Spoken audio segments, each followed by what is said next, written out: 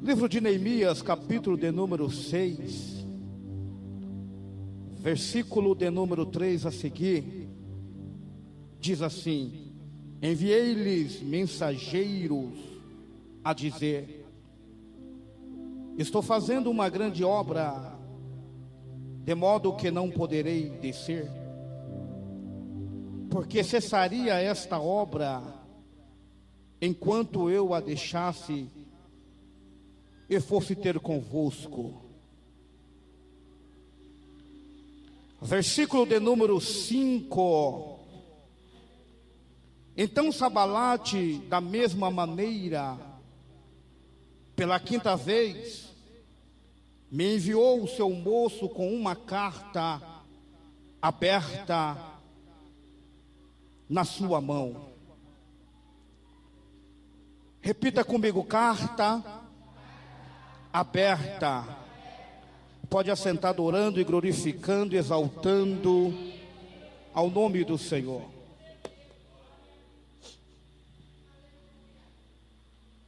Como é sabido de todos os irmãos que são leitores, estudantes da Bíblia, eu tenho a certeza que no decorrer desses dias, Deus já tem falado de multiformas e de muitas maneiras, usando os seus servos que aqui passaram, e Deus irá continuar falando através dos seus servos que irão passar ainda neste altar. O livro de Neemias, quem conhece Bíblia sabe que o próprio Neemias vai dizer que ele era copeiro do rei. Não obstante a isso, ele não era simplesmente um copeiro, um mordomo. Ele fazia parte do grupo de conselheiros do rei. Ele era um homem de confiança do rei. E este fato aconteceu ainda quando Neemias estava residindo no palácio em Suzã, no período do Império do Medo-Pérsia. O texto diz que Neemias, ele fazia parte do grupo íntimo do rei, pois estava sobre ele a incumbência, a responsabilidade de cuidar do rei, pois todas as vezes que o rei ia à sala do banquete, Neemias, ele tinha a responsabilidade de pegar o vinho, o cálice, a taça que havia o vinho, e antes do rei tomá-la, Neemias tinha que tomar primeiro. E o rei aguardava o espaço de alguns minutos, pois é conhecido de todos que conhecem de história bíblica, que naquele período, os monarcas, os reis, quando sofria algum tipo de conspiração, o meio de matar o rei era envenenado. Então o rei, ele tinha este cuidado. E não era qualquer pessoa que tinha o cargo de copeiro. Era alguém que tinha confiança, que o rei olhasse e se sentisse seguro. E Neemias, ele galgou, Neemias, ele alcançou essa posição. Entendemos que Neemias, ele era um judeu. Aleluia. E neste período que ainda ele estava longe da sua terra, ele consegue, ele galga esta posição, se tornando o copeiro, o homem de confiança e também um dos conselheiros do rei. Porque Neemias, ele tinha o livre acesso a entrar na sala do banquete, na sala do trono. Este homem agora está vivendo, habitando, convivendo no palácio, tendo todos os privilégios, todas as prerrogativas, de quem habita, de quem vive num palácio. E é neste inteirinho, neste período, no momento que Neemias está vivendo o melhor momento da sua vida, da sua fase, pois ele é amigo do rei, ele mora no palácio junto com o rei, ele tem uma posição importante dentro do palácio com o rei.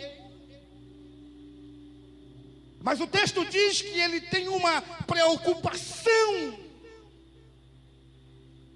Como está o povo de Israel?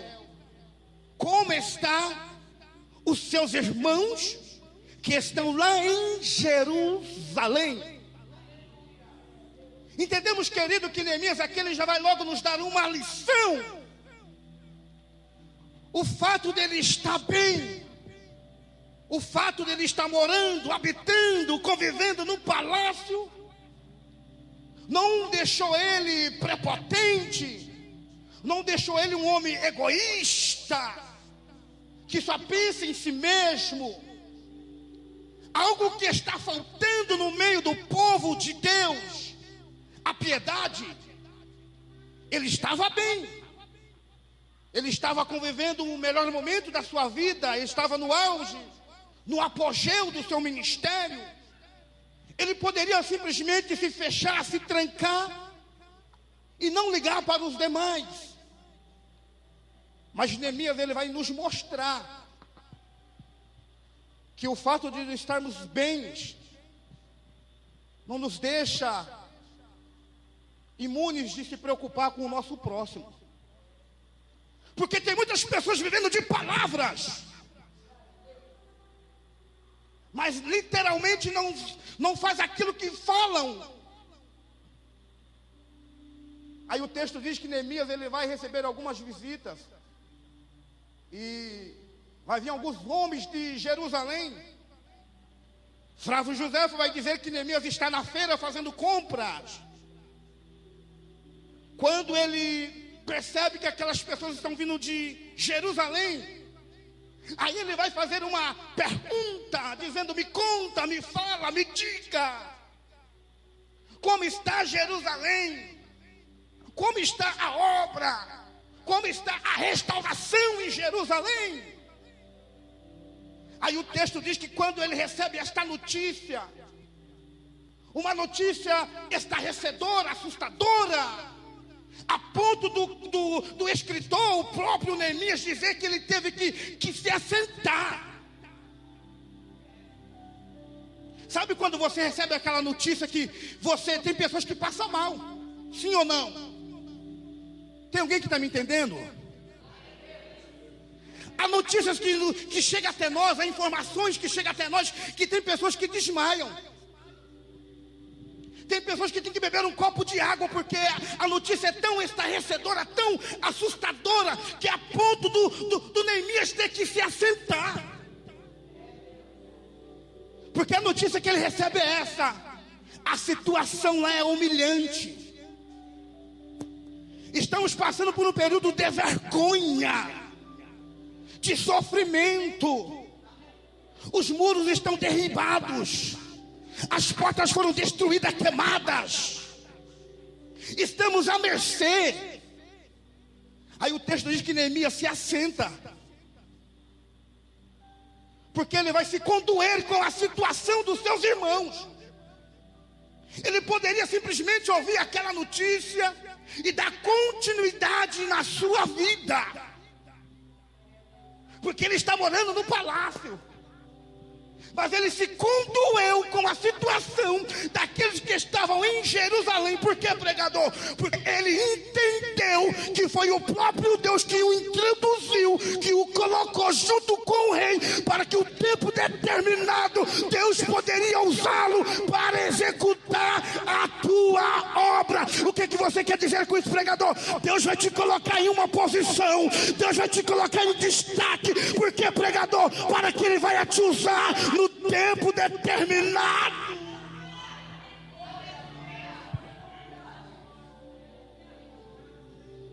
Neemias, ele entendeu que foi o próprio Deus que o introduziu, que o colocou ali. Por que, pregador? Porque ele conhecia história.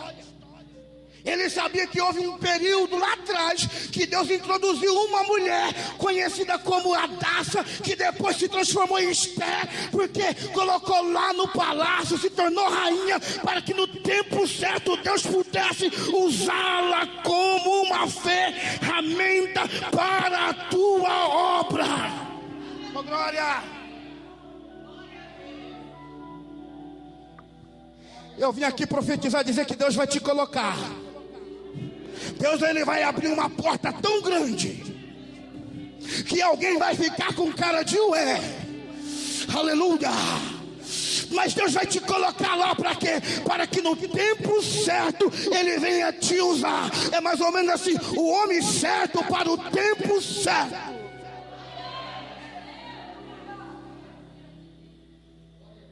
Aí o texto nos diz que Neemias, agora ele vai entrar em uma campanha.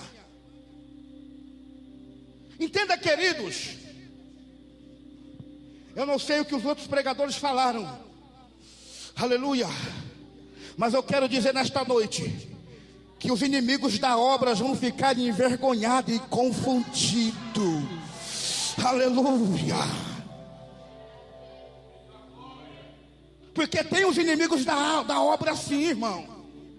Tem aqueles que não faz, tem aqueles que não tem capacidade, que não tem coragem, mas quando vê alguém se levantando, ele quer parar, ele quer matar, ele quer neutralizar. Mas Deus está dizendo, eu estou levantando. Pode levantar quem quiser, porque vai cair 1000 ao teu lado, 10.000 à tua direita, e tu não serás atingido. Por que, pregador? Porque o Deus que quebra o arco, corta a lança, queima carro no fogo, está dizendo, aquietai-vos, e sabeis que Ele é Deus na tua vida. Quem vem adorar, adora Ele, vai. Quem vem adorar, adora Ele, vai.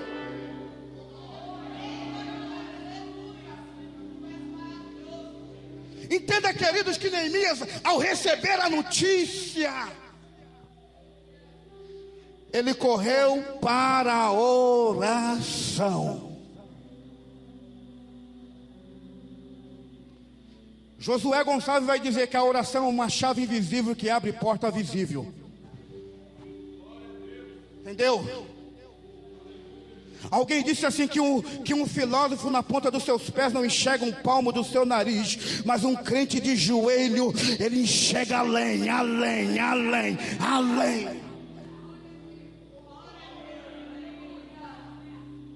4 meses, Neemias, aí ele entra em uma campanha de oração. Interessante que Neemias não avisou, não comunicou ninguém. Ele fez aquilo que Jesus lhe havia dito depois, lá na frente. Tu, quando orares, entra no teu aposento, fecha a tua porta, e em secreto, fala com o Pai que está em oculto. E o Pai que está em oculto, Ele vai te recompensar. Em vez de você colocar no Facebook, sabe? Em vez de você colocar lá no seu mural dizendo, me sentindo mal, não. Entra no teu quarto, meu filho. Entra no teu quarto, minha filha. Vai falar com Deus, vai falar com o Pai. O Pai que está em oculto vai te recompensar. Mas a nossa geração está muito aquém.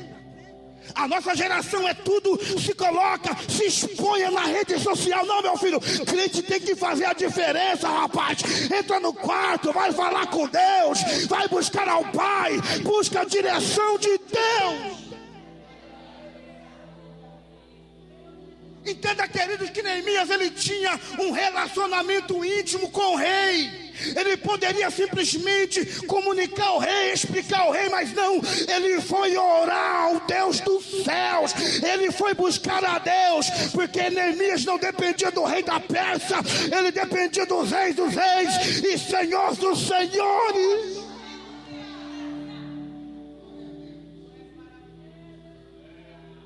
Neemias, ele não orou 4 dias, Neemias orou 4 meses, orando e buscando a Deus, e jejuando e chorando, oração, lágrima e jejum.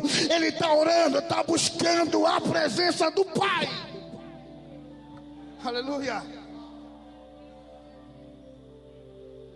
Aí um belo dia, ele vai entrar na sala do banquete. Quando ele pega o cálice, que é o vinho,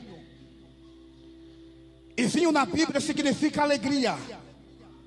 O homem que tem a responsabilidade de levar alegria está triste, está sofrendo, e não tem como enganar o rei, irmão, quando entra na presença do rei.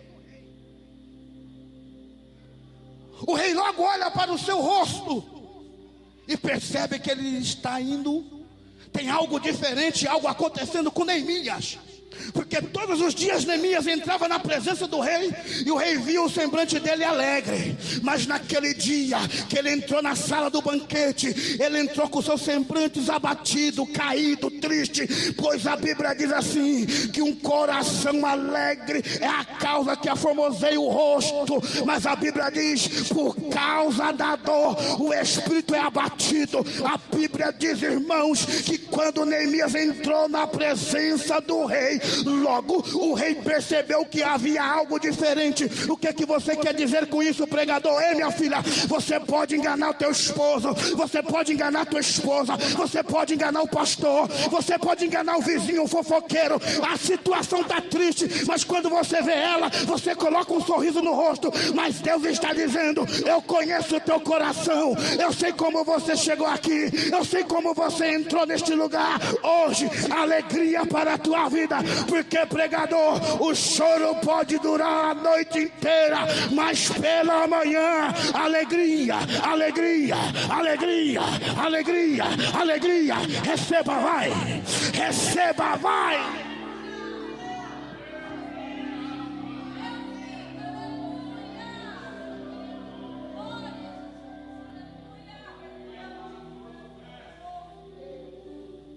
Neemias, ele entra na presença do rei. Ninguém do seu grupo de amizade percebeu que ele estava abatido. Ninguém teve a percepção que estava acontecendo algo com Neemias. Mas quando ele entrou na presença do rei, ela é macaia cheia. Urabacado subidecaia cheia. Aleluia, porque os olhos do Senhor é como chamas de fogo. Aleluia, que contempla o íntimo, aonde o olho do homem não pode alcançar, aonde a mão do homem não pode tocar. As mãos de Deus toca hoje, as mãos de Deus arranca hoje, os braços de Deus trabalham em teu favor. Então nesta noite começa a se alegrar, porque, pregador, você está na presença do rei, vai, adora, vai. Você está na presença do rei, adora, vai. Você está na presença do rei, adora, vai.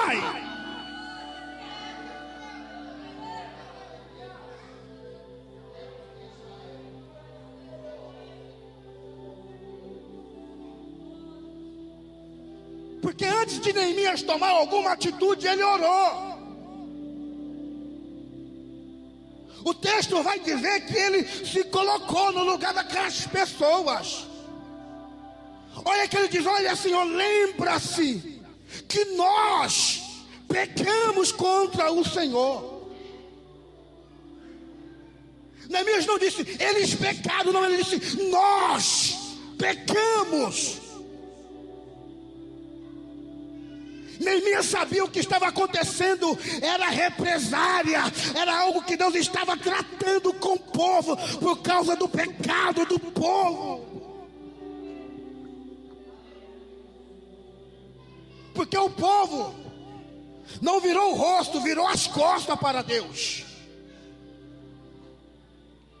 O povo transgrediu a lei, os mandamentos do Senhor. Abacuque vai falar com Deus, dizendo, oh Deus, eu tenho orado, o Senhor não tem me escutado. Aí diz Deus, calma, Abacuque, que eu estou preparando uma vara da correção. Porque o cálice da misericórdia de Deus transborda. Deus está falando, Deus levanta profeta, fala com o povo, e o povo não está nem aí. Deus é amor, mas é fogo consumidor. Aí o dia que o cálice da misericórdia de Deus transbordou, ele permitiu que Nabucodonosor com seu exército viesse, invadisse, destruísse, devastasse, acabasse com tudo. Agora o povo passa longos, amargos 70 anos no cativeiro. No Salmo de número 137 você vai ver o povo se assentado, vivendo das lembranças. Que tempo bom! Chega de viver o tempo passado, querido. É tempo de você se levantar. É tempo de tirar poeira e fazer coisas novas. Esqueça o passado, se desprenda do passado. O que passou, passou. É daqui para frente.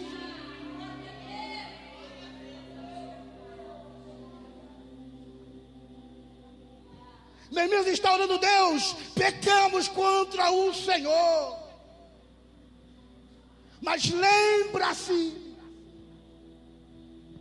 das promessas que o Senhor fez.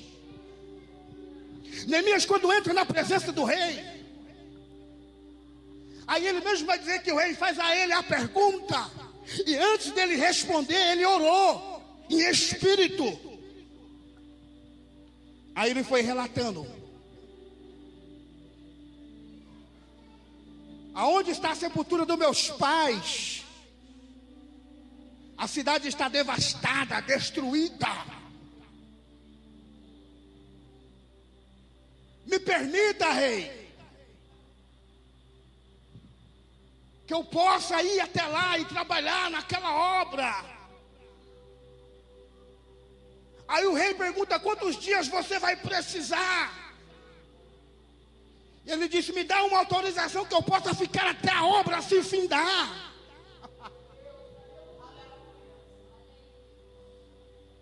Aí crente que tem ousadia fala: oh, rei, me dá também a carta de autorização, por onde eu passar as pessoas não venham me parar, mas permita também eu ir buscar madeiras, me permita levar algumas pessoas. Porque está cheio de aventureiro por aí, irmão. Tem um monte de gente falando que está obra, mas não tem endereço, não tem uma cobertura de uma autoridade sobre a sua vida. Aleluia! Mas Deus está tendo compromisso com quem tem compromisso. Tem muita gente dizendo: eu estou fazendo a obra, não tem pastor, não toma santa ceia, não vai do culto de ensino, é aventureiro. Deus não tem compromisso com esse tipo de pessoa.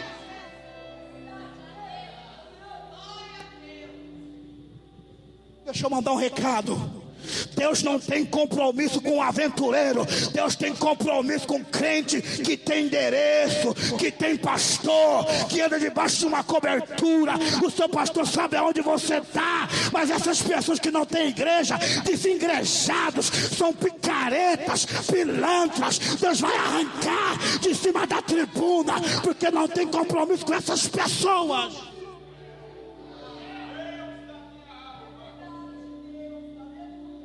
Está cheio, pastor Júnior, de pessoas dizendo: estou fazendo a obra. Aí você pergunta: dá para trazer uma carta de apresentação? Dá para trazer uma carta? Eu não tenho, pastor, não. Porque não tem pastor, não tem um campo, não tem um pasto. Mas ainda bem que Deus está levantando uma geração que tem compromisso, que tem endereço, que tem pastor, que tem líder para fazer a obra. Porque a obra de Deus não é de qualquer maneira. Não é. Fazer a obra de Deus é muito além do que um terno, uma gravata e uma Bíblia. Fazer a obra de Deus é muito além do que ter um curso de teologia, falar na hemenêutica, na exegese, o grego, o aramaico, o hebraico, de ter uma retórica. Não, meu filho, fazer a obra de Deus é ter compromisso, é ter calo no joelho, é ter comunhão com Deus, é buscar a Deus. Porque tem muita gente falando da obra e pouca gente falando com o dono da obra.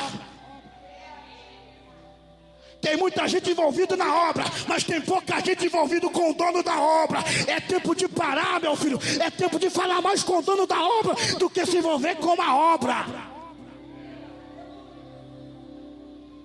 Aleluia. Eu estou sentindo a presença de Deus na casa, irmãos. Foi vocês que escolheram o tema. Eu estou no tema. Neemias poderia sair escondido, poderia sair pela porta do fundo, mas ele foi falar com o seu líder.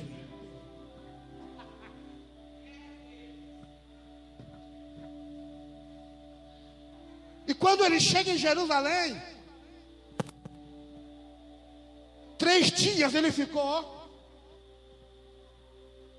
Ei, querido, para de ficar contando um segredo para alguém, para as pessoas que não merecem ouvir. Espera o tempo certo de Deus falar para você dizer para alguém. Tem muita gente frustrada na obra por causa disso, fala demais. O sábio Salomão disse assim, ó: seja tardio em falar e pronto a ouvir, ou seja, fala menos e ouve mais. Neemias ficou 3 dias dentro da cidade e ninguém sabia o que ele estava para fazer. Aí ele saiu à noite sozinho, foi fazer uma varredura, foi examinar, foi fazer uma análise, fez um diagnóstico, foi ver o que estava precisando na cidade. Aí depois ele foi comunicar. E quando ele comunicou o que veio fazer na cidade, os inimigos da obra se levantaram. Aí começaram a oposição, a conspiração. Mas, querido, quem está na direção de Deus vai passar por perseguição. Quem está no centro da vontade de Deus vai passar por calúnia. Se não passar por perseguição, por calúnia, tem algo errado. Se o próprio Jesus passou por isso, meu filho, se o próprio Cristo viveu isso, as pessoas se levantaram dizendo: não, ele é do contra.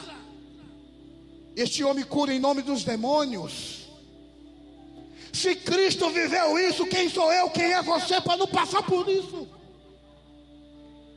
Mas fique firme no propósito que Deus te colocou. Aí começou as pessoas querendo desmotivar, querendo colocar o desânimo no coração de Neemias. Aí começa aquela panelinha de uma meia dúzia de fracassado. Começa a dizer: não vai dar certo, não vai prosperar, não vai conseguir. Como ele vai levantar os muros, porque está tudo derribado, queimado, só tem cinza, só tem entulho. Mas Neemias não é qualquer homem. Tirou a cinza, tirou aquilo que não prestava. Porque não tem como restaurar os muros levantando sobre cinza. Cinza na Bíblia fala de passado. Cinza na Bíblia fala daquilo que se passou, não serve mais. Então Neemias tira tudo aquilo do passado, tira tudo o entulho, tira toda a sujeira e começa a levantar do nada, começa a restaurar do nada. Aí as pessoas começam a olhar e dizer: o que está acontecendo? O que está acontecendo? Porque aí alguém vai dizer assim: ei, este muro aí não tem estrutura, não tem base. Se pousar uma raposa vai derribar. Não é diferente na tua vida. Não é diferente na minha vida. As pessoas olham e dizem assim: é fogo de palha. O primeiro vento que assoprar vai sair da igreja. O primeiro vento que assoprar vai sair, vai abandonar o circo da oração, vai deixar o grupo de louvor, vai deixar de ser obreiro, vai nada. Por quê? Porque antes de Deus te levantar, Ele fez uma faxina. Ele arrancou, tirou, jogou fora tudo aquilo que não prestava e levantou você sobre a rocha que é Jesus.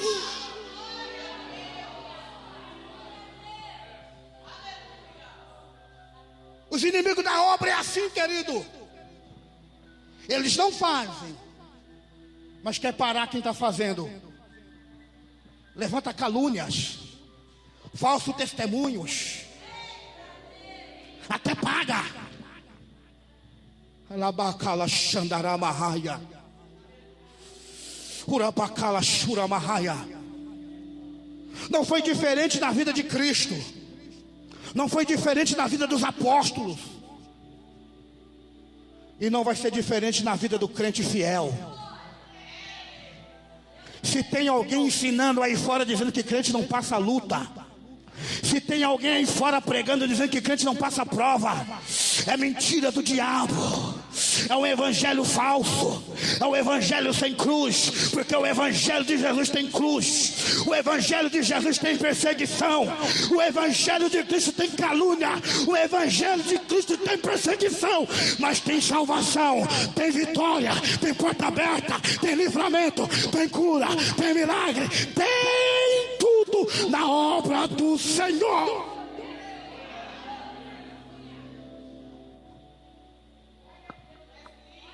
Aí a notícia se espalha. Ô Sabalate, ô Tobias, ô Gessen, o muro já está na metade.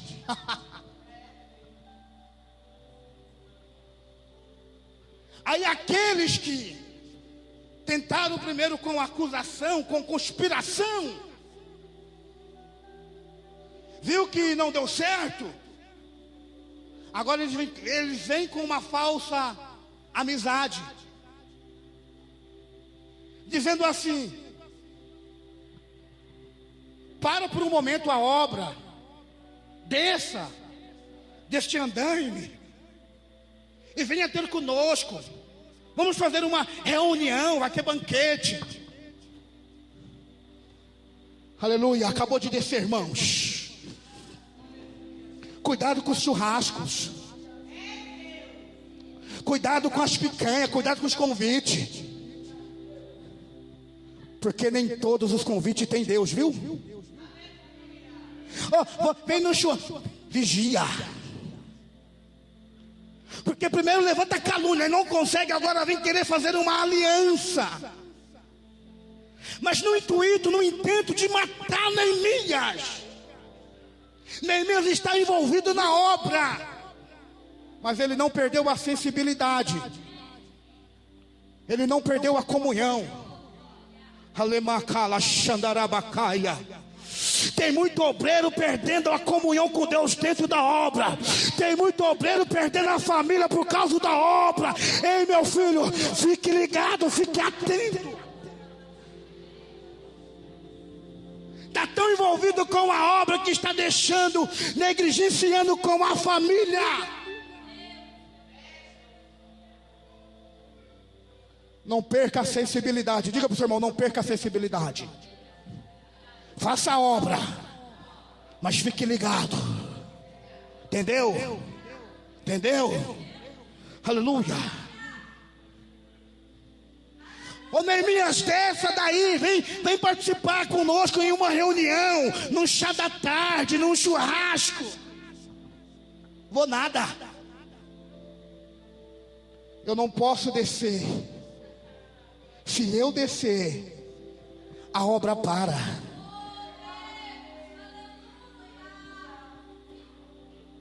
Se eu descer, a obra vai estagnar. Porque o Neemias, ele era o líder. A intenção de Tobias e Sabalate e toda a panelinha era pegar o líder. Sempre foi e sempre será. As artimanhas de Satanás é essa: é pegar o cabeça. Pegando o líder, o povo se espalha. A estratégia de guerra no período bíblico era assim: pegava-se o líder, o povo se espalhava. É por isso que Acabe, quando é alvejado pelaquela flecha, ele fala assim: ó, eu estou ferido, já estou morrendo, mas me levante aí. Ainda que eu morra, o povo tem que ver que eu estou vivo. O que tem de obreiro morto, o que tem de líder morto, só está de pé dizendo para enganar o povo. Elebacaia xandarabahaya. Não deixa eu cair, senão o povo vai ver que eu estou morto e vai se dispersar. Mas Deus está dizendo: chega, chega, chega, chega. Hoje o Espírito de vida está entrando aonde tiver obreiro morto. Está colocando vida, está colocando vida, está colocando vida.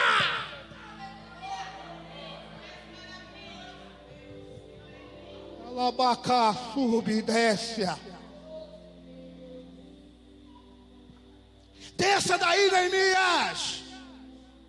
Ó, irmão, foram 4 tentativas. Veio a primeira, ele disse: não posso.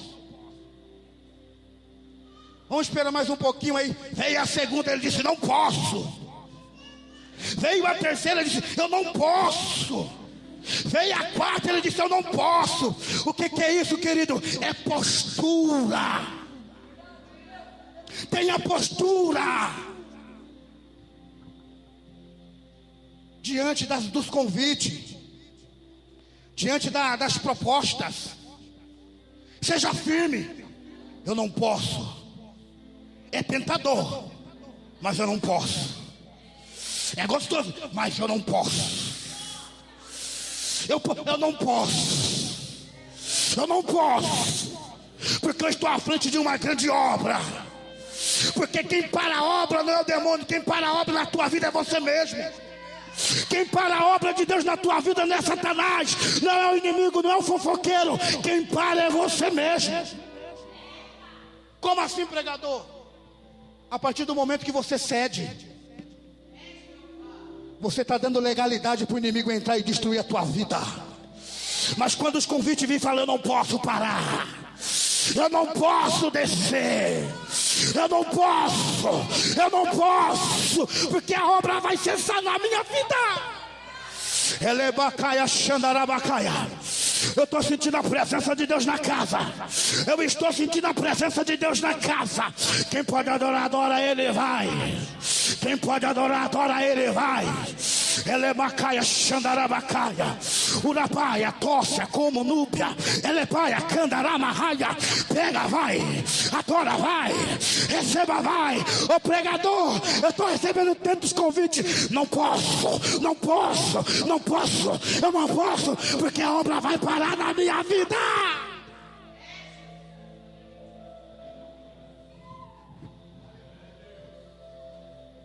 O que tem de obra estagnada na vida de pessoas aí, o que tem de pessoas que começaram bem, mas estão mal, porque por um motivo, ou por um período de tempo, acabou cedendo, e o inimigo entrou e destruiu a vida. Vai passar perseguição, mas tem bom ânimo, porque ele venceu. E se ele venceu, irmão, ele disse assim: aquele que vencer, dar-te-ei a coroa da vida eterna. Então vale a pena, irmão. Vale a pena, minha filha. Vale a pena, rapaz. Vale a pena você passar por tudo isso, porque o que Deus vai fazer na tua vida é coisa grande. O que Deus vai realizar na tua vida é coisa grande. É tempo de nós valorizar aquilo que Deus colocou na nossa mão. É tempo de nós valorizar aquilo que Deus nos confiou.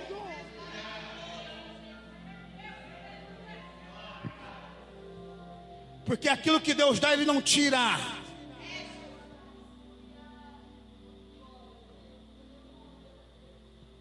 Mas vai se cumprir aquilo que Cristo disse: ei, naquele grande dia: Senhor, eu preguei no teu nome, eu cantei, eu fiz a obra no teu nome. Ele vai dizer assim: aparta de mim, maldito, porque eu não te conheço. Porque tem muitas pessoas com a vida destruída, com o altar quebrado, está acima dos púlpitos pregando, cantando, falando do amor de Deus, está no erro, está no pecado, mas está achando porque Deus usa, porque Deus deu o dom da palavra, Deus deu o dom do louvor. Isso não é significado de salvação, mas quando chegar naquele dia, Ele veio dizer: apartai-vos de mim, maldito. Mas Senhor, eu cantei, eu preguei, eu pastoreei, mas o teu nome não está escrito no livro da vida. Vai-se embora. Porque fizeram aliança com Sanbalate e Tobias. Aí na quinta tentativa ele veio com a carta aberta. Para terminar.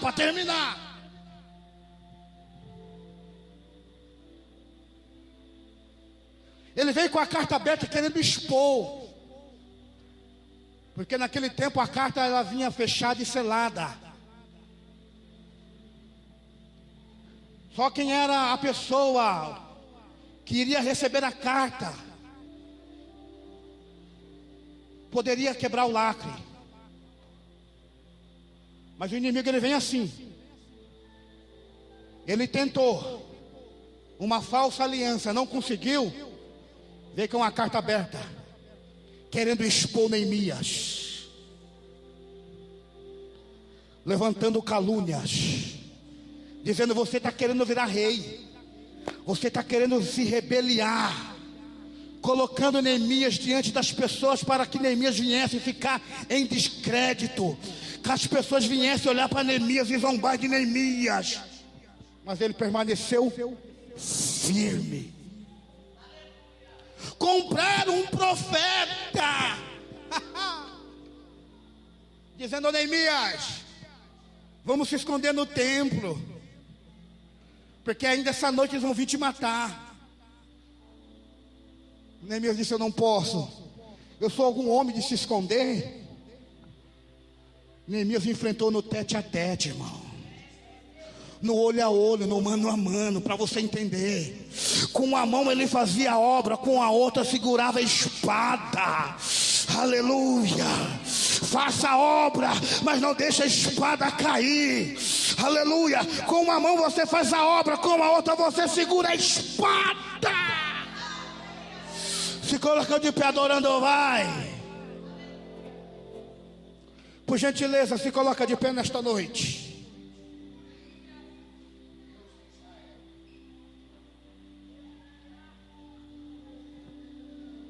Quem sabe você esperava uma mensagem com uma profundidade teológica. Não, irmão. O evangelho de Jesus é simples. É o homem que complica, é o homem que enfeita tanto. Jesus no seu período ele falou no grego koiné. Ele poderia usar o grego clássico, mas ele falou a língua do povo. Coisa simples. Você que entendeu esta palavra, sai do seu lugar, vem aqui à frente. Ainda que